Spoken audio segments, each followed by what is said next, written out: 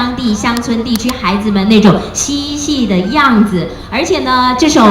舞马的曲目呢，相信朋友们如果看了之后呢，会非常的喜欢，因为呢觉得说，舞蹈表演呢，居然有这样子的一个方式可以呈现，没有任何的音乐伴奏，因为身体的肢体语言，还有包括我们最天然的手掌发出来的声音，甚至是用手掌拍击地板的声音，就可以这么的自然变成是音韵。那么当然呢，俄罗斯蒂凡顿民俗舞团他们到台湾来表演的时候呢，也必须要克服包括当地的气候啦，还有呢他们的饮食很多的问题，所以也希望所有现场的朋友，现在就用我们最天然的掌声，欢迎他们带来的乡村游戏。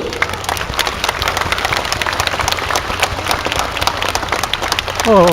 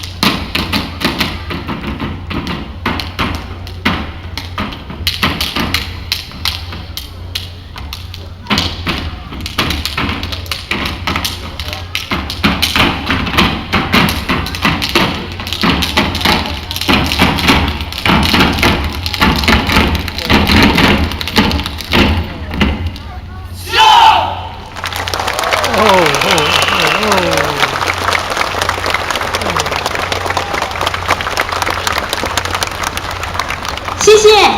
乡村游戏果真非常的特别。那么接着下来呢，这一段